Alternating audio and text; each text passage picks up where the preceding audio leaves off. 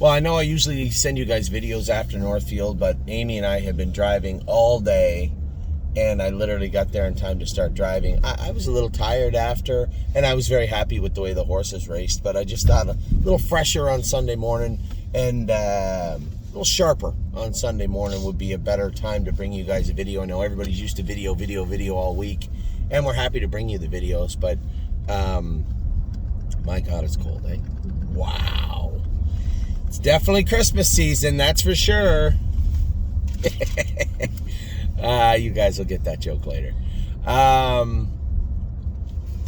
So yeah, a good night last night. The only downside, this massive profit. Man, he's really, really, really starting to regress. A break right in the middle of the straightaway down the backstretch for no apparent reason. I didn't talk to Mr. Leonard yet, but I will. The problem with selling a massive profit right now is that he doesn't look sharp. Now, I know Ross had actually acquired a number of shares of him, and I think we're kind of like-minded people. I think probably what we could do is even move massive profit. I know the class in the Meadows would fit him good, but that would be up to, I know Mike and Ross like him there. I mean, even if there was something for him in Dayton, but I just don't know that there is. They tried to scoot him down to Dayton there 2 weeks ago, and the class didn't go, and they stuffed him in the wrong class. Anyway, it's a conversation I'll have with Ross, and we'll figure it out. It's not like the horse is horrible. He's just not good right now. So it's just a matter of trying to figure out, okay, this is where we are. This is where we'd like to be. What's in the middle? Do we sell? Do we keep and try and get him back going in that direction? Those are questions I can't answer. I don't have the horse. I can tell you what I think looking at him, but without all the information, it would be an incomplete equation.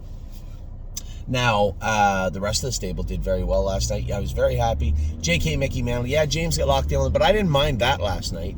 He left hard with them. He drove him in an aggressive manner coming out of the gate, and it looked like he had some pop when he shot through late, a dead heat for third. He was good last night, and this horse looks like he's improving the way we want him to. I think we're gonna have a good horse on our hands when they're 4.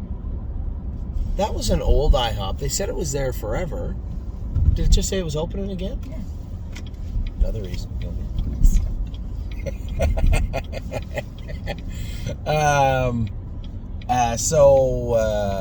What'd I say? J.K. Mickey Mantle. I think we got a nice horse in our hands for 2023. I like this colt. And I like his attitude. The horses that are not sticking their neck out and just looking for the race to finish, the ones that are kind of weaving through and looking to get at it, those are the ones you want, right? And that's what we got in this guy. And even No Free Lunch, usually when he looks he's going to be a beaten third, he kind of stalls halfway down the lane. He's a good horse. A good horse. But I shouldn't say that. He is better than J.K. Mickey Mantle right now, but one's 4 and one's 3. I just think No Free Lunch, he's close. He's teetering to going to the next level. He's been a good horse for us. A real good horse for us. And it's pretty hard not to like him. Harry, we allow all our trainers just to do the right things. And more times than not, you are going to see what's good for the horse is good for us. And I know No Free Lunch missed that time because his blood work was a little screwed up. But, man, we let him get his feet back underneath him. And he's been a real good horse the last 2 weeks. He's knocking on the door of another big race. It's so cold. 48. It still is like 8. It doesn't feel like 8. No, it feels like 2. No, not 2. It feels like 4, 5. 2's really cold. 2's like it snowed last night. Yeah. Well, the grass is still green. I think you're being you're overplaying it. And you have a toque on, yeah. I got my toque. Right here. I haven't applied it yet. But it's small. I know I like them. I don't like the big floppy ones that look like, they were knitted by your grandmother. So J.K. Mickey Mantle, good. No Free Lunch, good. And then we get to Ohio. I got to the track last night, and they had the track so hard. Race 1, race 2, they started cutting the track open. Somebody must have said something. They started cutting the track open. Sweet on Pete and Purple Aura both have they're sore-footed horses. We're always working on their feet.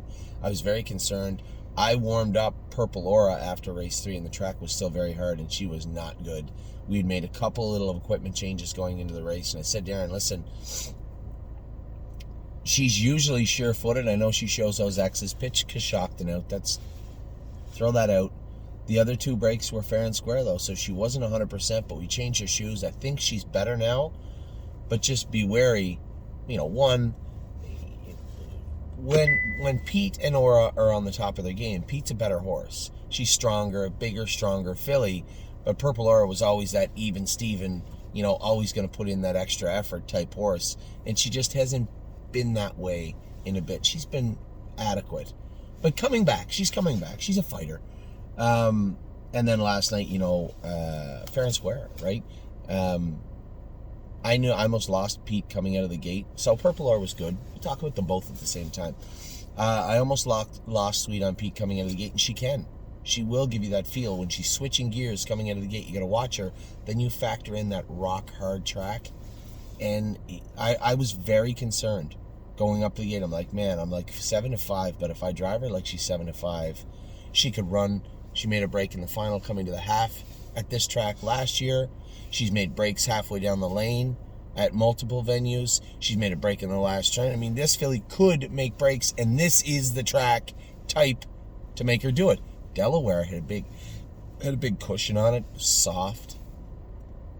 Northfield was not last night, so I was very concerned. I watched Alana Hill go out of there, and I'm saying, I was more worried about Ronnie's filly. That filly is fast, but is a complete lunatic. And when I saw her kind of subdued in the post parade, I'm like, this thing's usually going crazy. The track is hard. Why is she not losing her mind? And then I saw him going to the gate again. Ronnie had her nice and quiet. I saw her going to the gate, and I'm like, oh, this is going to be a problem because this thing is fast. I didn't know if she was on her best and behaved, could I beat her?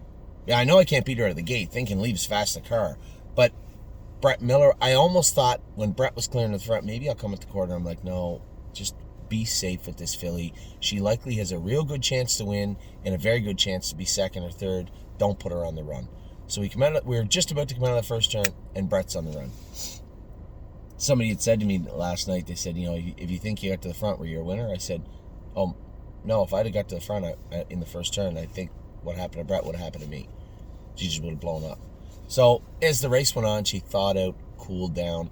I knew she was going to trot, but I thought maybe I could catch him coming out of the turn, but Ronnie was just sitting with his hands in the buckles. There was no catching him. That filly was good last night. Take nothing away from her. I didn't follow her all year, but I suspect that was the best race of her life last night, or one of them, I think. And she raced well. So good for those guys. I know that Alan has a connection with them, and, hey, your filly raced good. Congratulations. Our filly raced good, too, to be second. I thought that was a good mile from Sweet on Pete. I look back. Purple Aura, I think, was just beat for fourth. It's kind of where she can go, right? What'd they go last night? 55? That's a big mile. That's a big mile last night on that track. 55 for Purple Aura to trot 56 and a piece over Northfield. That wasn't your typical Northfield last night. That was I was going to get in ahead of this guy, but there's lots of time. That was a very hard Northfield Park last night. This is just the way it is. It's fall. What happens is when it's hot here, you have to continually water and cut the track. Water and cut the track. Maybe even screen it to tighten it up some nights. But when it gets cold, when you put the water on it, doesn't soak in the same way. It happens everywhere. And then when you go to cut it, if you wait 5 minutes to cut it, it might be concrete. And then you cut it a little bit because you're used to cutting that more pliable racetrack, and it cuts through. But last night it wasn't. So what you were left with, even when they were done cutting it before the races, it was just rock hard. And that's where probably, me or one of the other horsemen should have run and say, hey guys, maybe just cut it a little deeper or a little harder. And somebody probably did eventually say that, but at that point it was a little too late. The latter part of the card, I'm sure, was fine, but the first few races were, well, if you watch the horse I drove in the first race, she showed leaving 26 and a piece the week before. She wasn't going up to the gate good. She didn't want to get out of there good. When I pulled her first over half of 57, and they paced 52 or 53 the week before, I pulled her first over half 57, and she was not going forward. So the track was just playing. It was hurting. It was stinging them. But I was very proud of the way Pete raced. Very focused last night. And we're at a time where I think the time to sell Purple Aura would have been a couple of weeks ago, even when she showed them that break at Coshocton happened. What are you doing? What is it? Oh, a Red Mile shirt? That's nice. That's actually very nice. So we'll see. I mean, this is a tough time for us. We don't want to sell the horses too early. We don't want to sell them. We don't want to hold on to them when they start to decline a little bit. And we are still feeling around in the dark. What is the best way? Where's our starting point when it comes to these types of situations? So these fillies are always on the front of my mind. Are we going to sell them? I don't think we'll be keeping them. I mean, I don't think that keeping either of those horses over into their 4-year-old career to race would be the best plan of attack. But we'll see. I was very proud of both of them last night. That's what they could do. And it was not a favorable track for either of them. So they showed their tenacity, and I was very happy. And then what about our boy, What a Mission? Oh, I warmed him up very hard last night. I said, you might be run, but you'll be tired doing it. You're not going to run because you're on your toes and being a goof. He's such a stupid little horse, too. I shouldn't say this. He's actually a funny little horse. I like him. Very hot warming up, very hot coming up to the gate. But he knows his job, right? And I knew I didn't want to get away behind Mr. Wengard. I just didn't want to get away behind him. So I got away just in front of him, behind Aaron. And if I had and I'll tell you what, it's a good thing. Last night was his last race of the season. It's a good thing that it was. He gets on that right line so hard in a weird way. The further we went, the more he got on it, which leads me to believe something's bothering him somewhere. Because I had a real tough time getting him out of the hole. If he was very fluid, I could have even popped out ahead of Tyler Smith, but he still would have beat me. A fourth, it's almost like found money for that guy. He had a horrible year all year. Somehow, because he raced in the first Cider Stakes, he had a couple of points kicking around, and he got in, racing for $85,000, and he snags a four. That's a big mile for What a Mission. So that pushed him. There was a medication violation from a horse earlier in the year in the Next Generation. That money has not been tacked on to What a Mission yet. So What a Mission actually will have upwards of 12 or 13,000 tacked onto his earnings. There's a horse that has had a very sketchy year and still found a way to pound out $32,000. So it ended up as good as it could, I think, for What a Mission. And a lot of people said, are you just going to sell him? I want to see what he's going to do at 3. He might be a mediocre horse, but he has the ability to be a fast little bugger if he wants to. I want to give him some time off, bring him back, and see if he's matured mentally and physically. That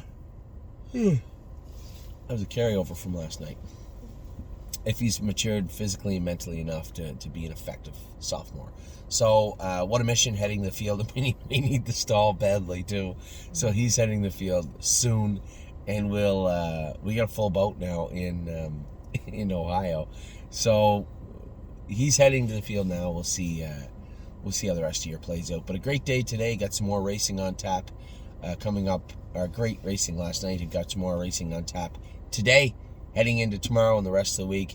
A fantastic year, a fantastic summer, and a fantastic start to fall.